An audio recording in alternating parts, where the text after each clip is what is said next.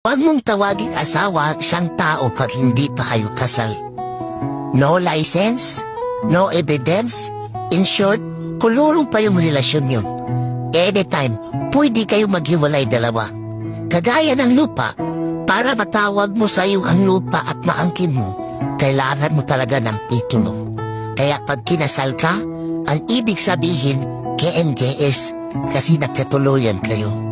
Pero pag live-in partner ka, ang ibig sabihin, once upon a time, pwede magkatuluyan, pwede maghiwalay. Pero pag kabit ka, ang ibig sabihin, tulpo.